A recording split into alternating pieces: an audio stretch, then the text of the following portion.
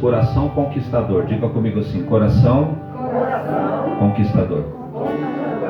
Então vamos ver para onde que o Senhor nos leva hoje, né? Segure aí a sua Bíblia aberta. A Bíblia fala de uma região chamada Gálatas, né? Até surge a carta de apóstolo Paulo à igreja de Gálatas. Então uma região chamada Gálatas no tempo do apóstolo Paulo. E procurando entender um pouquinho esta igreja, Gálatas foi, os Gálatas foram um grupo de cristãos, judeus cristãos, que com o decorrer da vida cristã eles passaram a estar inclinados a voltar para a lei de Moisés. Eles estavam inclinados a viver os rituais do Antigo Testamento por doutrina. E apóstolo Paulo, nesta carta a Gálatas, ele procura corrigir, mostrando a esses irmãos a importância de Jesus Cristo, a importância da nova aliança, a importância da obra de cruz, da obra da cruz na vida de todos. Apóstolo Paulo, neste livro, ele faz uma comparação entre a lei de Moisés e o jugo da escravidão, e a obra da cruz ao tempo da liberdade na graça. Não precisa abrir. Gálatas no capítulo 1, versos 6 e 8 diz assim, Paulo olhando para eles, na verdade escrevendo para eles, ele diz assim: maravilho-me de que tão depressa passasseis daquele que vos chamou a graça de Cristo para outro evangelho, o qual não é outro, mas há alguns que vos inquietam e querem transformar o evangelho de Cristo.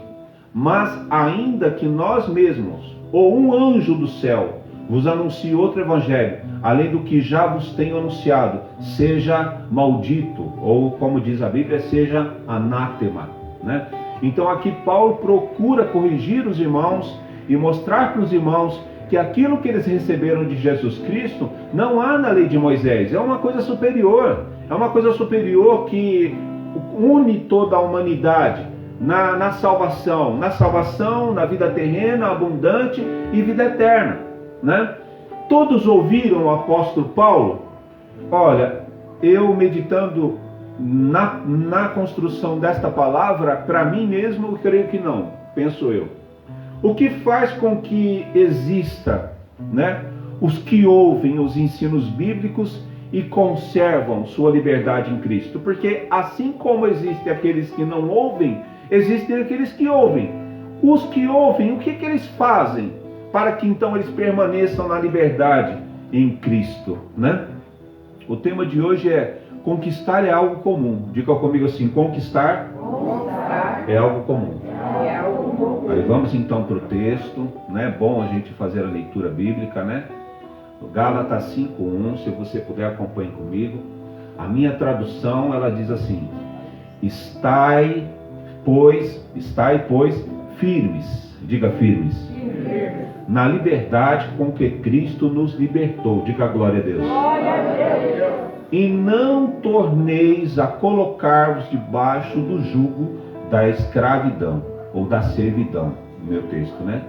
Todos sabem que o jugo que se fala, o jugo que a Bíblia fala, nada mais é do que aquela madeira que se coloca no animal que carrega peso, né? Então o boi, que era muito usado como animal de força, então para o boi carregar a carroça, por exemplo, ou girar o moinho, né, colocava-se uma madeira aqui no pescoço, travava. Essa madeira que trava o animal, que faz com que o corpo dele fique preso à carroça ou preso ao moinho, chama-se jugo. Então é um jugo de escravidão, né? E a Bíblia fala muito sobre esse jugo. E Paulo está dizendo assim: ei, mantenha-se na liberdade em Cristo, para que Satanás não coloque um jugo sobre você. Você fique preso, escravo de uma situação, né? Qual é o objetivo de Paulo? Qual é o objetivo de todo cristão? Eu creio que o nosso objetivo é viver as conquistas. Posso ver amém? Amém. O jugo da escravidão arranca os sonhos e destrói as realizações. O jugo da escravidão ergue justificativas. Quando a gente leva um tapa da vida, né? Quando a gente acaba sendo afrontado, né? Não tem esse termo, o pessoal fala assim, rapaz, levei um tapa na cara agora, né? Não que a pessoa te deu tapa, mas aquilo que você ouviu ardeu na orelha como se fosse um tapa, né? Então existem coisas na nossa vida que é como um tapa na cara. Eu me lembro uma situação minha, foi um tapa na cara para mim. Eu estava num período da minha vida que eu estava tudo estava no quase. A gente morava em Minas, né? Os meus filhos eram pequenos e eu quase comprei uma casa. Eu quase trabalhei por conta e deu certo. Eu quase terminei minha faculdade. Estava tudo no quase. Eu estava no último ano de administração de empresa nesse tempo. E aí houve um momento ali, não lembro direito, só me lembro da fala da pessoa, que eu estava ali desabafando com a pessoa. Estava falando, rapaz, a minha vida está assim, tal. Foi me queixar, né? Achar alguém para desabafar naquele momento. E aí dentro da conversa ainda falei, né? Falei, puxa, fazendo administração de empresa, rapaz, último semestre, não consegui concluir a faculdade, tal. O cara virou para mim e falou assim, terminando o último semestre não aprendeu nada, né? Quando ele disse assim, foi um tapa na cara. Eu falei, meu Deus, né? Porque fazendo um curso de administração e a vida não saber administrar a vida, né? No momento que a forma como eu me encontrava, então foi um tapa na cara. E o que acontece quando esses tapas vêm na nossa direção e a gente está debaixo de um jugo de escravidão? Se você não deixar Deus tratar você, vai se erguer na tua vida justificativas. Dá para entender o que eu estou dizendo? Justificativas. Escute, justificativa é um grande perigo na vida do cristão. Porque a justificativa é uma porta do teu coração que é fechada para um tratamento de Deus. Deus então está entrando para tratar a tua vida e a justificativa fecha aquele espaço e você fica com muitos argumentos, menos o tratamento de Deus, quer dizer, aquilo não sai. É um jugo de escravidão. A liberdade de Cristo te coloca no centro da vontade de Deus na terra. Posso falar amém? A liberdade de Cristo pertence aos conquistadores. Posso falar amém? Vocês são conquistadores de Jesus Cristo. Posso falar amém? Então que você venha despedaçar o jugo e que você venha viver. Viver como? Viver como cristão. Vivendo as promessas. Viver no meio de curas. Posso falar amém? Que a tua vida seja envolvida por curas. Que a tua vida cristã seja envolvida por sinais. Que a tua vida cristã seja envolvida por prodígios, que a tua vida cristã seja envolvida por maravilhas, porque é isso que te pertence. Esta é a herança que Jesus Cristo deixou para você. Tua família é conservadora, pois tua família conserva Jesus Cristo no coração e na alma. Posso ver amém? O que os conquistadores têm em comum? Eu falei, mas Senhor, o que esses conquistadores têm em comum? Paulo então disse para Gálatas, olha, não volte para a escravidão. Permaneça, fica firme na liberdade que Cristo te libertou. E um ponto que o Senhor me deu foi, o primeiro ponto da palavra de hoje é, os conquistadores nascem para viver. Glória a Deus por isso. Conquistador nasce para a vida, ele nasce para a vida. E aí um texto que o Senhor me deu foi para afirmar esta afirmativa, está em Jeremias 1, verso 4 e 5, que diz, assim veio a mim a palavra do Senhor dizendo, antes que te formasse no ventre te conheci. Glória a Deus por isso. E antes que saísses da madre te santifiquei. E as nações te dei por profeta. Meu Deus! Meu Deus! Deus diz para mim e para você hoje, reafirma, o Senhor reafirma que o Senhor, ele te conheceu e te formou no ventre da sua mãe. Ali, quando você era só um feto, o Senhor estava te formando. E ele diz que ele te santifica na hora que você nasce. Sabe quando o médico puxa você para fora do ventre da sua mãe? Você sai santificado. E no momento que você sai santificado, o Senhor fala assim, e eu estou te dando para as nações. com santidade. Glória a Deus por isso. Escute, surgem ao sair do ventre materno o que? Seres humanos carentes da glória de Deus por causa do pecado. Tem um livro de Paulo, do apóstolo Paulo, que eu não me lembro agora, não vou falar senão vou errar, que diz que todos nós pecamos e somos carentes da glória do Senhor. Então esses seres humanos nascem em um estado de caos, já nascem no caos, carente da glória de Deus. Mas eles nascem como? Eles nascem como Deus disse a respeito de Jeremias, e é o que Deus diz a teu respeito. Já nasce anunciando o poder de Deus no caos, anunciando o poder da vida e da ressurreição em Jesus Cristo. Posso para mim?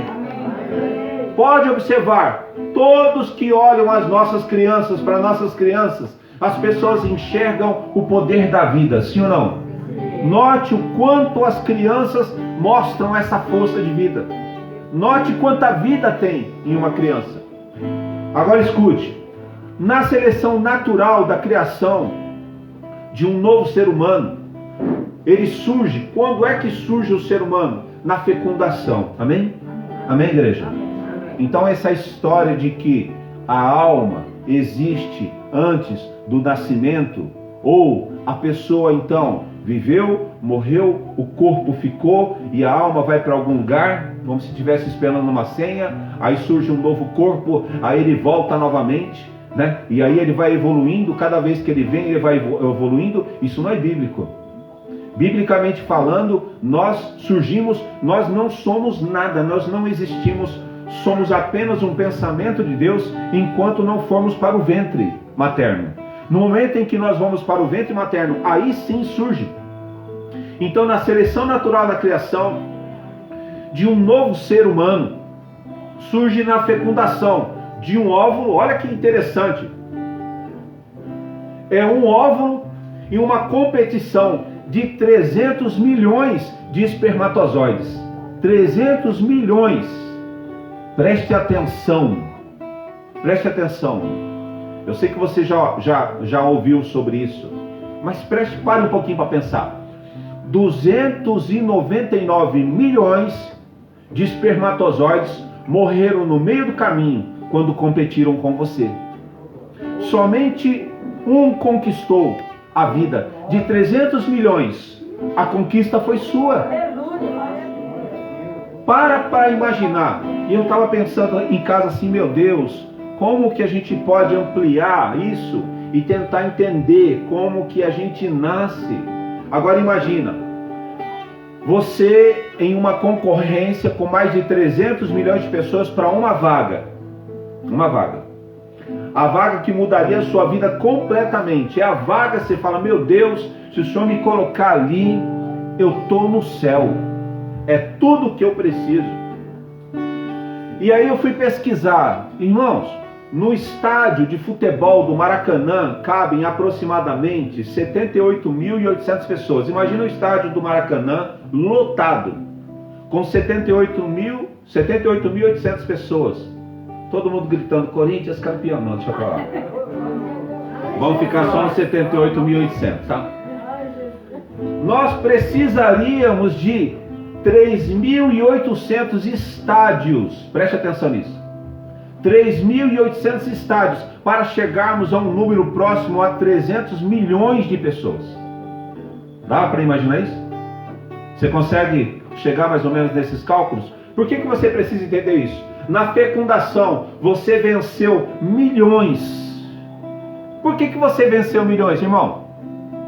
Por que você venceu milhões? Você venceu milhões porque você é um conquistador. Glória a Deus. Você recebe isso? Hã? Dê uma salva de palmas ao Senhor.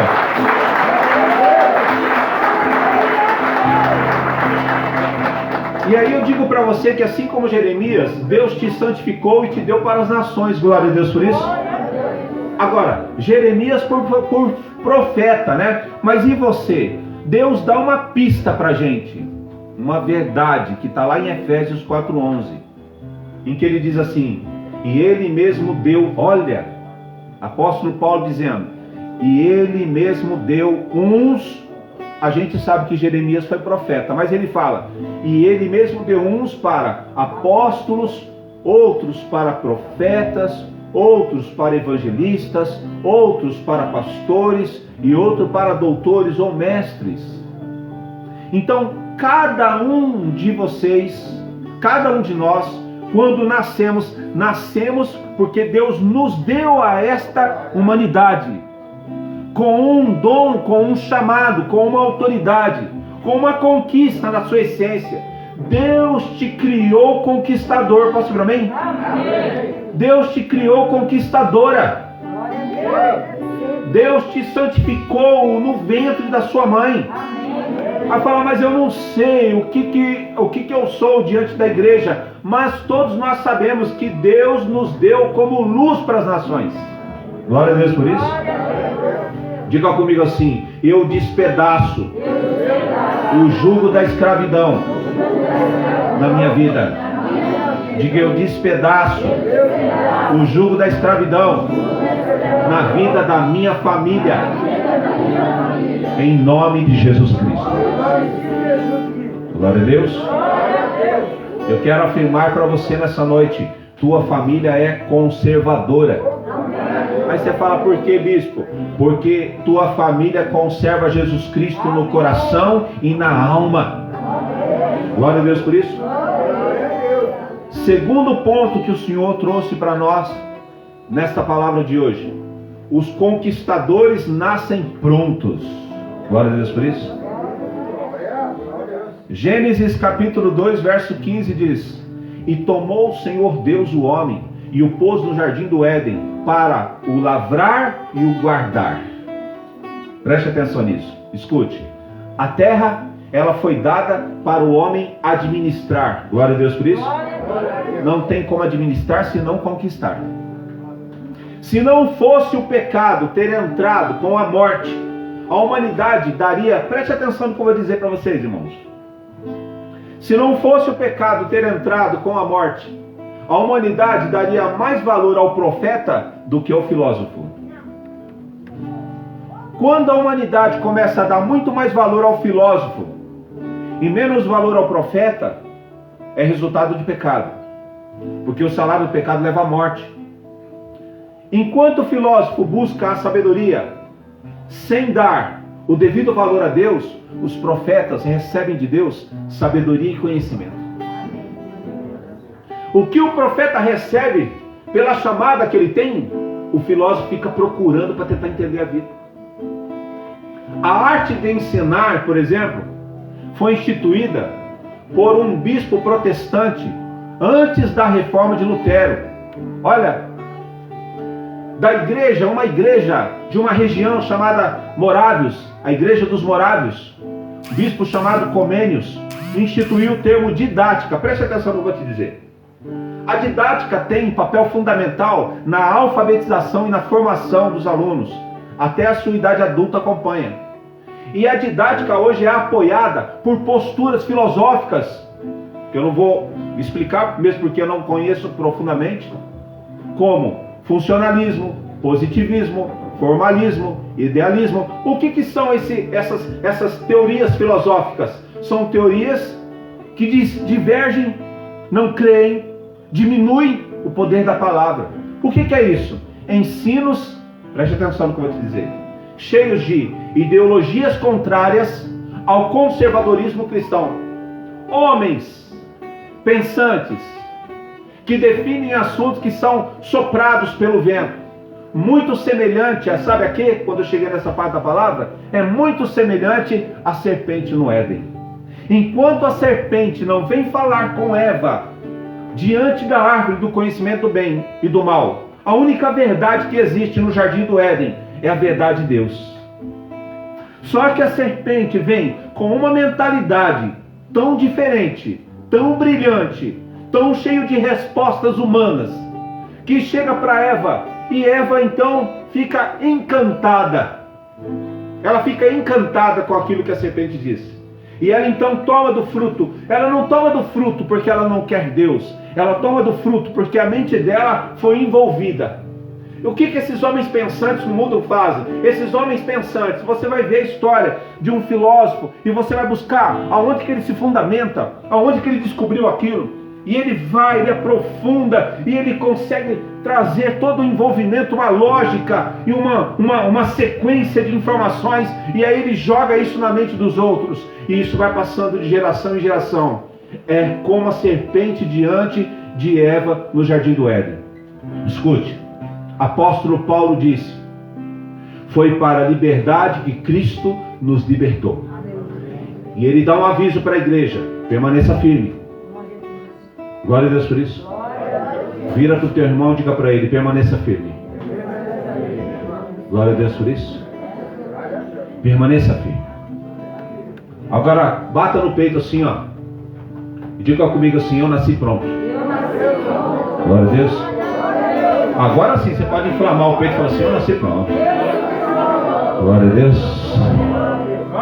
Irmãos, você venceu 299 milhões de concorrentes. É fácil esse negócio? Não é. Você tomou a única vaga que glorificava a Deus. Você nasceu para glorificar a Deus. Deus te formou, Deus te santificou e Deus te deu as nações para que o mundo veja Deus em sua vida.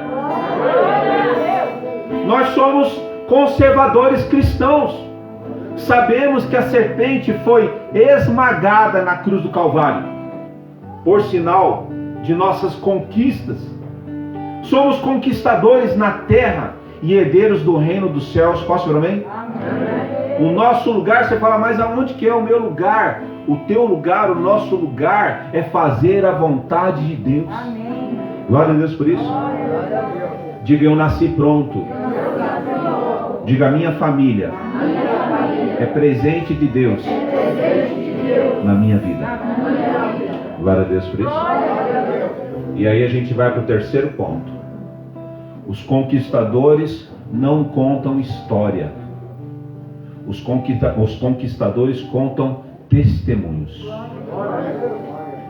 Glória a Deus. Por isso que você tem que ficar atento, porque a gente é confundido diante de tanta diversidade. São muitas informações, a gente não consegue assimilar todas as informações. É muita coisa nova que vai surgindo. Então a gente precisa aprender a crer no nosso conservadorismo. Nós precisamos, irmãos, nós precisamos aprender a fechar com a Bíblia Sagrada. Amém?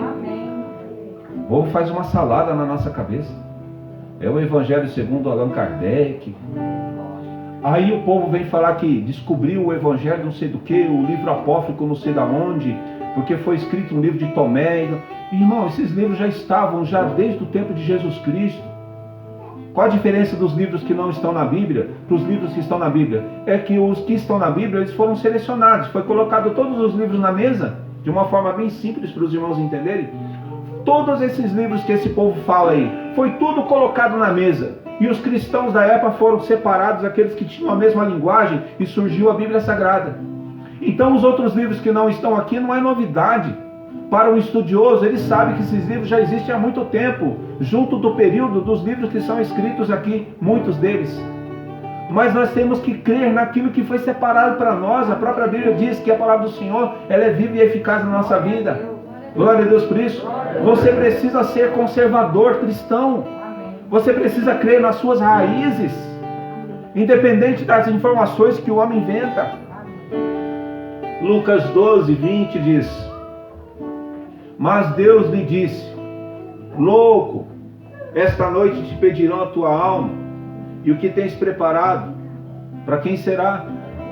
E quando aqui no Evangelho de Lucas, Jesus então vai trazendo essa história a respeito da alma. Jesus está dizendo sobre a pessoa que é bem sucedida materialmente, que ela tem muito. O texto diz assim, né? Eu tenho muito, os meus celeiros estão cheios de alimentos, a minha alma está farta, então eu vou descansar, vou aproveitar do que eu tenho. E aí Jesus entra com esse versículo: louco, esta noite te pedirão a tua alma, o que tens preparado, Para quem será? Ser um conquistador, você não pode inverter as riquezas que a vida te proporciona daquilo que é mais importante em você, que é a sua comunhão com Deus. Posso ouvir amém? Fala, mas é pecado ter uma vida confortável? Não é pecado, é direito e é herança. O que você não pode é inverter e fazer daquilo que você adquiriu um Deus. Aí isso sim vai te levar a um sofrimento. Você tendo Deus na tua vida, você tem tudo, posso ouvir amém? E Deus te proporciona tudo.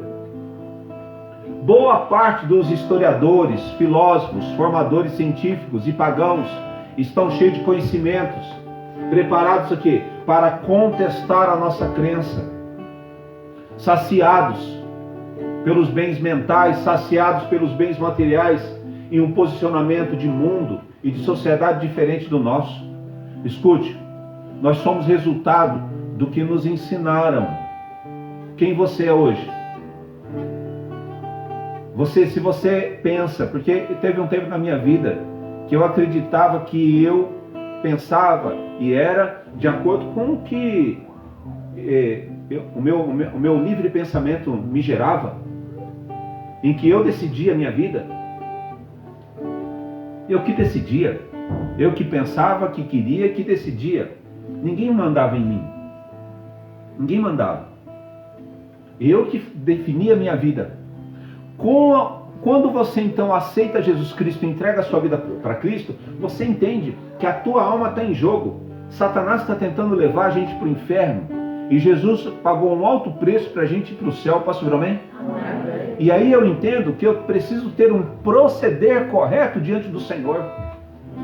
E é esse proceder correto que me faz ter a vida abundante hoje e a vida eterna com Cristo. Aí você precisa olhar para você. Você é resultado do que te ensinaram. Você é resultado do que te ensinaram. Agora, aquilo que você é, aquilo que você pensa, que você sente, a forma como você decide as suas coisas, a questão é, o que você é, o que você pensa, o que você sente, está no centro da vontade de Deus? Glória a Deus por isso. Está divergente da palavra? Então deixa Deus te tratar. Glória a Deus por isso. Você precisa deixar Deus te tratar. Não se engane. O mundo arranca o teu coração conquistador e te coloca um jugo que escraviza. O que acontece com o jugo da escravidão? O jugo da escravidão é o seguinte: ele não te mata, mas ele também não te liberta. Um bom período da minha vida eu fui comerciante. Tinha um rapaz que me fornecia um determinado produto e era interessante, ele chegava e ele tinha o hábito, de tempo em tempo ele dizia assim para mim: não se preocupe, comigo você não tem prejuízo, mas também não tem lucro. Ele me fornecia um produto, né? Comigo você não tem prejuízo, mas também não tem lucro. O que o jugo faz? O jugo faz exatamente isso. Opa, você está desfalecendo? Come um pouco. Ah, você está passando mal? Deita um pouquinho. Melhorou? Volta para o jugo. Dá para entender o que eu estou dizendo? Então, não deixe o jugo fazer isso com você. Você precisa viver a liberdade em Cristo e permanecer na liberdade para que os horizontes do Senhor se abram sobre os seus olhos. Glória a Deus por isso. Tudo em você que é diferente, é contrário, que diverge da palavra de Deus, que contesta o conservadorismo, que fere a estrutura da família bíblica, rouba o conquistador que há em sua essência. Vocês estão entendendo? Os testemunhos do conquistador glorificam a Deus. Posso falar amém? Os testemunhos de um conquistador constroem uma vida.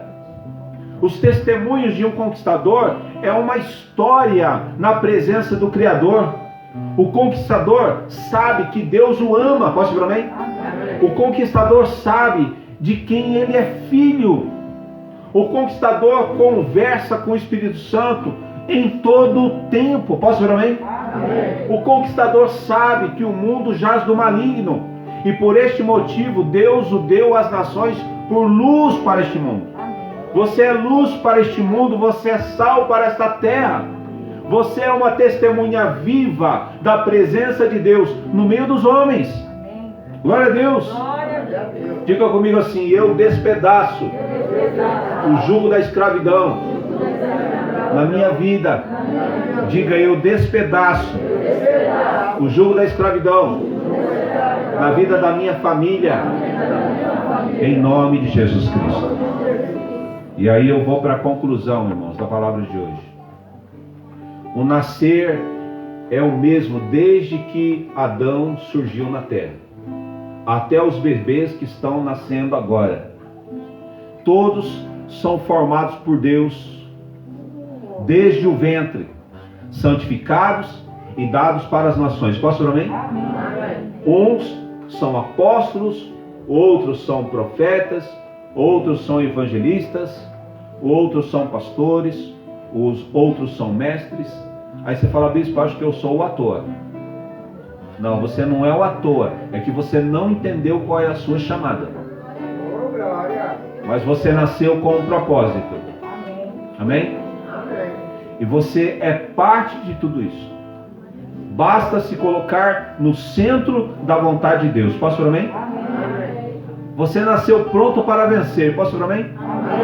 Tua vitória, tua conquista está em ser devotado a Deus, devotado à palavra de Deus. Posso falar amém? A tua vida edificada na rocha, a tua vida é edificada na rocha que é Jesus Cristo. Posso falar amém? E a palavra de Deus diz que você é uma carta viva de Jesus Cristo. Seus testemunhos, meus irmãos, constroem as suas conquistas. Traz para você uma vida abençoada, uma vida guardada por Deus. Posso falar amém? Assim é a sua casa, é a sua família. O que você precisa fazer? Ensine os valores bíblicos, viva os valores bíblicos e ensine os valores bíblicos. Todo conquistador tem no seu nascimento sua entrega a Deus e o exercício de fé na palavra de Deus em comum. Preste atenção, eu vou repetir. Todo conquistador tem no seu nascimento a sua entrega a Deus. Ele tem o exercício de fé na palavra de Deus. O que há comum entre todo conquistador é que desde o nascimento ele não abre mão do seu relacionamento com o seu Senhor.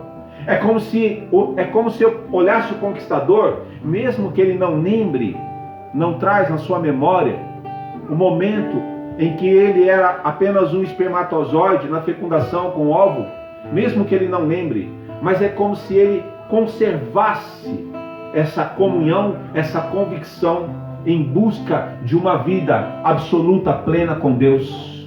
Glória a Deus por isso. Vencendo os obstáculos da vida. Escute, dê um basta ao que não é Deus na sua vida. Posso ouvir amém? Se levante com voz ungida. Dê um grito de libertação. Brade, mas brade com poder e fé. É preciso clamar a Deus. Clamar a Deus por você. Clamar a Deus pela sua família. Glória a Deus por isso. Seja você uma bênção. Viva a bênção. Você foi destinado para viver uma vida abundante com Deus. Glória a Deus por isso. Você crê? Amém? Fique de pé no seu lugar. Glória a Deus por isso.